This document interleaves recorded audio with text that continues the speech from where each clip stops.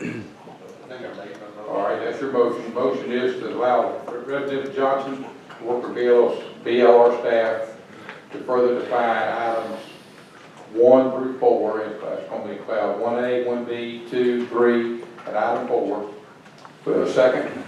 We have a second? Any discussion? All in favor say aye. Aye. All right.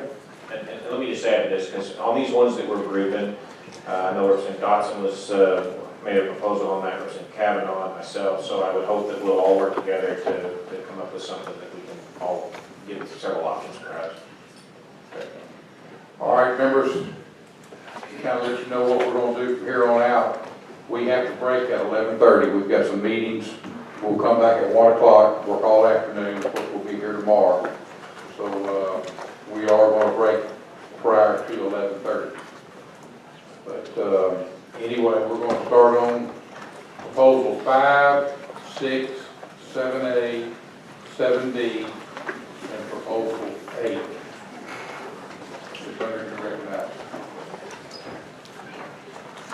These are the individual income tax proposals. For the background, the individual income tax started in 1929. It began with 5 brackets with a top rate of 5%. In 1971, that was expanded to 6 brackets with a top rate of 7%.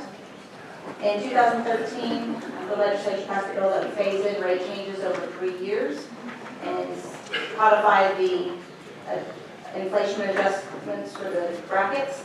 And so under that bill, in 2012, the top rate would be 7%, 2014, 7%, 2015, 6.9%. In 2015, we created the 3 tax tables that we have today based on an individual's income. And for the income bracket, for those making under $21,000, there were 4 brackets, the top rate of 4.4%. Those with an income between $21,000 and $75,000, 6 brackets with a top rate of 6%. And those with an income above $75,000, 6 brackets with a top rate of 6.9%. And in addition to that, all taxpayers with an income between $75,000 and $80,000 were allowed to make specific adjustments based on the table, and that was to smooth out the cliffs that we talked about last month. And then last year, Acts 78 and 79 adjusted the income tax tables effective January 1 of 2019. And so that changed mostly the income tax rates in the table for those with income under $21,000, so that those rates would be 0% up to $44,299, and then 2%, 3% with a top rate of 3.4%. And then also lowered the lowest income tax rate for those with an income between $21,000 and $75,000 to 0.75%.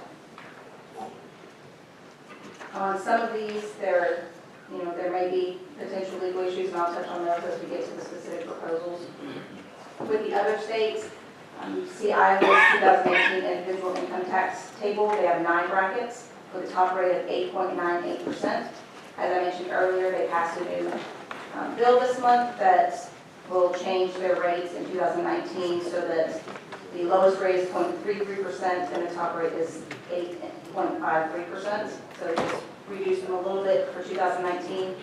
And then the goal of the bill overall is to collapse their individual income tax table to 4 brackets with rates ranging from 4.4% to 6.5%. And that's going to be based on certain revenue triggers that would put those rates into effect beginning 2023. Louisiana's individual income tax table has 3 brackets, the top rate of 6%. Mississippi has 3 to 4 brackets, depending on how you look at it. The first one is at a rate of 0%. Their top rate is 5%, but you'll notice that they get there pretty quickly. It begins at income above $10,000. Mississippi is also phasing out the tax up to the first $5,000 of income. So by 2022, the first $5,000 will be exempt. Missouri's individual income tax table has 10 to 11 brackets, again, depending on whether you consider the 0% rate to be a bracket. Their top rate is 6%, so again, you get there pretty quickly on this one. It begins at income above $9,073. Oklahoma's table has 6 brackets, a top rate of 5%. You get there as early as $7,200. Tennessee has a flat income tax rate of 3%, but it's only on interest and dividend income, so it's very limited. It's not a broad income tax like most of the other states, and they're actually phasing out that tax, and it's scheduled to be eliminated by 2021. And then Texas does not have a personal income tax or equivalent. So going over the specific proposals, Proposal 5 would be to amend the rates and brackets just in general, because there are no specifics with this proposal. The FNA did not provide a fiscal analysis because that will of course depend on how exactly those rates and brackets are going to be adjusted. Proposal 6 would create a single individual income tax table with 3 or 4 brackets. Again, the first one is at 0%. The top rate would be 5.75%. The fiscal impact on that provided by the FNA would be approximately $974 million. The proposal 7A would be to amend the individual income tax rates so that the top rate would be 5.9%. If you look at the tables, that would, on the table for those making above $75,000, it would collapse the top 2 brackets and rates of 6 and 6.9% to 5.9% for all of those. It has a projected fiscal impact of approximately $224.8 million.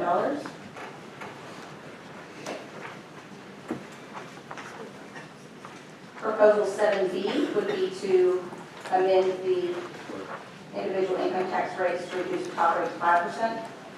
This is somewhat similar. It would change the tables for those making more than $21,000, collapsing the top 2 brackets to a single bracket with a rate of 5%. So for the middle income table, it would collapse the 5 and 6% rates and brackets to 5%. For the table for people making above $75,000, it would collapse the 6 and 6.9% rates and brackets to 5%. The estimated fiscal impact for this proposal would be $486.4 million.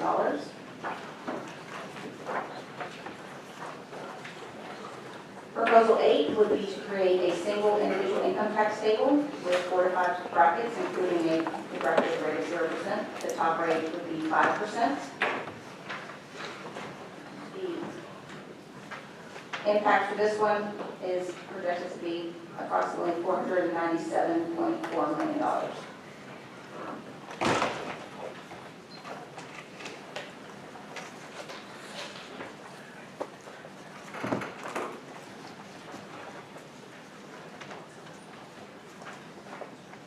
Praise through. Yes, that's all of the individual income tax. Representative Johnson, you have a question for the contender? I do. Thank you, Mr. Chair. Proposal number 8, 497 million. And that caps it at, what was the cap? 5%. 5%. And currently, we're at 6.9. So if we went to a top of 6.5 instead of 5.9, that would reduce that $497 million by a considerable amount of percent. But when you talk about one bracket, that gets rid of the ledges. Is that, where you make $74,999 and you make $75,000 and you go all the way and you go backwards on a totally different marginal bracket. So, and the ledge is something that really bothers me a lot. Because you get a $100 raise, you change total brackets, and every dollar becomes more taxable at a different marginal rate. So that bothers me a lot, the ledges. So number 8, even though it's 497 million, it stops at 5. It does, and there's a couple of them in there. They got rid of the ledges. We said it's one bracket. That's what you mean. There's no wedge in those. So am I correct in what I'm saying? DFA, I'm sure will have more to say about it than I will, but collapsing it to one table instead of the three tables that we have would get rid of those cliffs that we Cliffs, talked okay, about. sorry. Last month, whenever if you make $21,001, all of a sudden your rates are completely different than they were before. But I'm sure DFA will have. That's absolutely accurate, what Ms. Leonard said, and that a number of these proposals do take us from multiple tables to a single table, so that there's not that change of tables which have different rates, and change not just the top marginal rate when you get that raise, but also could change the rates for the brackets leading up to it. So a number of these do reduce it to a single table to remove those cliffs. Thank you, and I just, if I could, Go ahead. we don't have 500 million that we don't need, we don't have 500 million spare change laying around. But I think this cliff, that we need to try to adjust that somehow and see what we can do to lower individual income tax rates. And I think that's our purpose here, is see what we can do to make income tax rates more attractable to people outside the state that would want to move here, whether they're retirees or whether their industries want to come here, or just generally people to come here and make money. So, thank you, Mr. Chairman, on that. Thank you, Representative. Mr. Henry, you recognize. Yeah, and I think we need to recognize there's really two different issues we're looking at here with these proposals. One is simplification of the tax tables. Most of these proposals include that, and I really think that we have to look at those separately before we start making decisions about the top rate or what it should be. We've got to get our tables sorted out first, and then we can make a decision about how much we can afford to drop the top rate or combine it with the EITC or whatever. So, and clearly is same with the net operating loss. You've got several members who have submitted this request, including both the co-chair and myself, to continue to look at figure out ways to fix the brackets and then look at what we might do to change them after we simplify them. So I guess that's what I would ask for us to have a motion to do. In fact, I guess I'm not sure I'll make the motion that we, which one is this? This is item 5, 6, 7, A, 7B, 8. Yeah, that's fine. B, authorize further study to come up with a proposal for both simplification and potential rate reduction. All right, before we do DFA, y'all have anything y'all want to add? One other point that we do want to make is the numbers in these on the income tax rate changes are based on actual return data from the most recent fully completed year, 2016 tax year. The 2017 year hasn't finished all of its last changes and extensions. So these are actual numbers that we used from the most recent fully available tax year. Okay. And we didn't have anybody signed up. Does anybody in the audience want to weigh in? All right, we have a motion, and Senator Irvin seconded the motion, that we're going to work with BLR, Senator Henry will work with BLR staff to further refine the tax tables and brackets. We have a motion and a second. Any discussion? All in favor say aye. Aye. Any opposed? All right. We're going to move on to items 9 and 10. The corporate income tax. We're going to combine those two together. Ms. Leonard, you recognize. Okay, for the corporate income tax, we currently have 6 brackets. The top rate is 6.5%. Corporate income tax began in 1929 at a flat rate of 2%. In 1941, they created an income tax table that had 5 brackets with a top rate of 5%. 1969, the 5 brackets were changed and the top rate became 6%. And then in 1991, we got the table as we have it today. One thing to note with the corporate income tax is that part of the revenues go to the Workforce 2000 Development Fund. 6.78% of the previous year's corporate income tax collections are designated for that fund. And the official forecast for the 2018 fiscal year put that at approximately $26.3 million for the Workforce Development Fund. Now on this first proposal, Proposal 9, there is a potential Amendment 19 issue. Amendment 19 requires a 3/4 vote of the legislature to increase rates of taxes that were in place for taxes that were in place at the time Amendment 19 was adopted. Income tax generally falls under that. And so any proposal that's going to increase the rate of income tax will require a 3/4 vote or a deferral to the voters for them to vote on it. And I'll come back to that when we talk about the specifics of this proposal. In terms of other states, Iowa's corporate income tax table has 4 brackets at a top rate of 12% currently. Again, they passed a bill this month that is going to change all that. So starting in 2021, they're going to reduce the rates. The top rate will be 9.8%. For Louisiana, they have 5 brackets with a top rate of 8%. Mississippi has 3 to 4 brackets, depending on how you look at it. The first one is at 0%. The top rate is 5%. Missouri has a flat corporate income tax of 6.25%. They are currently considering a bill that would reduce that to 5.5% in 2019 with a trigger for additional reductions. Whenever I looked, it had passed the Senate and it was in the House and made its way through a couple of House committees. I'm not sure what will happen with that, but it's something to look at. Oklahoma has a flat corporate income tax of 6%. Tennessee does not have an income tax per se, but they have franchise and excise taxes. The franchise tax is 0.25% of the net worth of the corporation. The excise tax is a flat rate of 6.5% on the net earnings for income. Texas, again, does not have an income tax, but they do have a franchise tax, which is basically their corporate income tax. The first $1.13 million are exempt. After that, the tax rate is 0.75% for most entities and 0.375% for entities that are primarily engaged in retail or wholesale trades. Proposal 9 would amend the corporate income tax rates and brackets so that there would be 2 brackets. The first bracket would be at 3.5%. The second bracket would have the top rate of 5.75%. The fiscal impact of this would be approximately $53.4 million. This is the one where Amendment 19 would come into play because it increases the rate of tax on the first $11,000 of corporate income.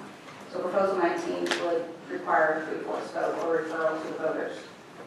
Proposal 10 would reduce the top corporate income tax rate to 5.9%. So we keep the 5 brackets reduced, or go to 5 brackets. It would collapse the top 2 brackets in rates of 6 and 6.5% to 5.9%.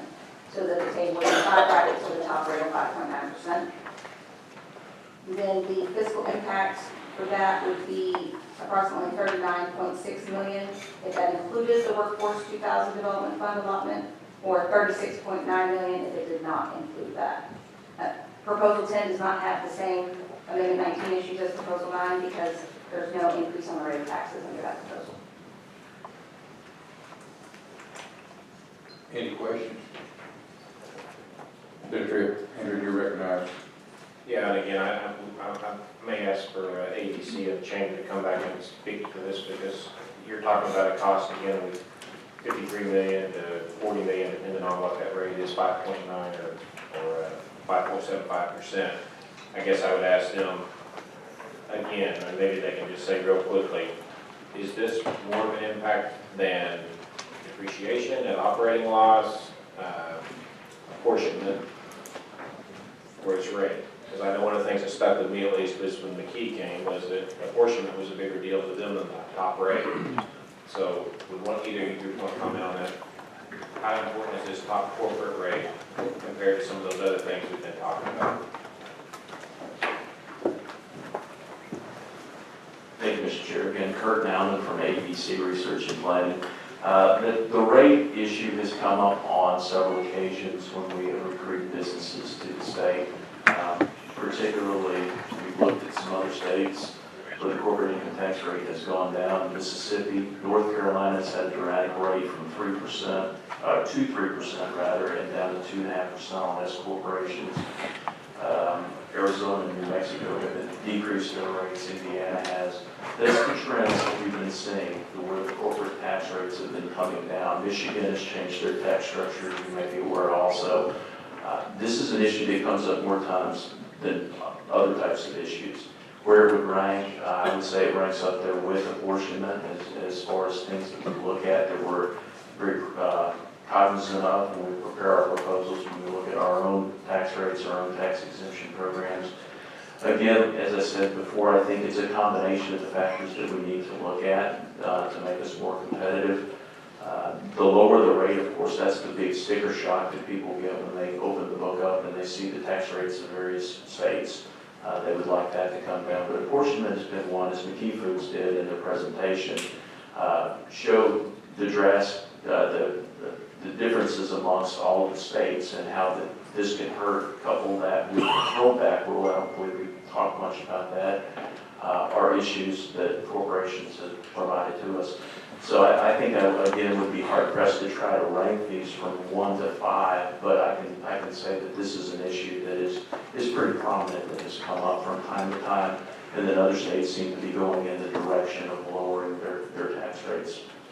Okay, so probably one of the first questions that companies look at, and first factors, is the tax rate before they start looking at NOL or depreciation or throwback or even apportionment. That would be my assumption from what I see in the questions that they ask us in the research division. The tax rate, the upper tax rate, the top marginal tax rate are the things that they're looking at. Because that's so prominent in today's information age, you can go to numerous websites and they have the listings there, and it's a lot easier for a company or for a consultant to look at a one-page summary of what the various tax rates are. I think another thing that we have been critiqued about from different organizations that look and index our tax systems is the sheer number of brackets that we have out there. It's very complex. And you explain the incrementalism of the tax rates and how you calculate that, and then coupled with trying to figure out the 4 factors in the apportionment when you double weight the sales. So simplicity, the rate is something that they look at, and also the simplicity of the system, the lack of multiple tables, multiple brackets, multiple calculations that they like. Okay, Chamber, you got any different opinion on that? You all pretty much agree with that?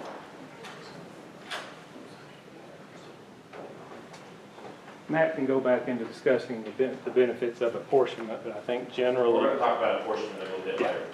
Okay, thanks. Senator Irvin, your question? Yeah, I'm not sure, well, y'all, this can be for you. One of the things that we hear a lot is workforce issues. And so I'm a little perplexed by the fact that in 2000, we have a portion of these funds are going to workforce development, and it looks like approximately $26.3 million was collected and distributed to institutions of higher ed and technical institutes. However, what are we getting for that money if we are constantly hearing from businesses that we have a workforce issue? I mean, that's been, in 2000 this fund was developed, is that correct? Is that correct? I believe so. So the workforce development fund was collected in 2000, or started in 2000. That's 17 years ago. Would be happy to verify. Yeah, I'll that it's check. okay. And is that 26.3 million, that's based on, that's the forecast for the 2018 fiscal year. Senator Irvin, I received word that was begun in 1991. It was big in 1991. Could I get some further information about this and how much money since 1991 has been put into the Workforce Development Fund? I'd be happy to provide that. Because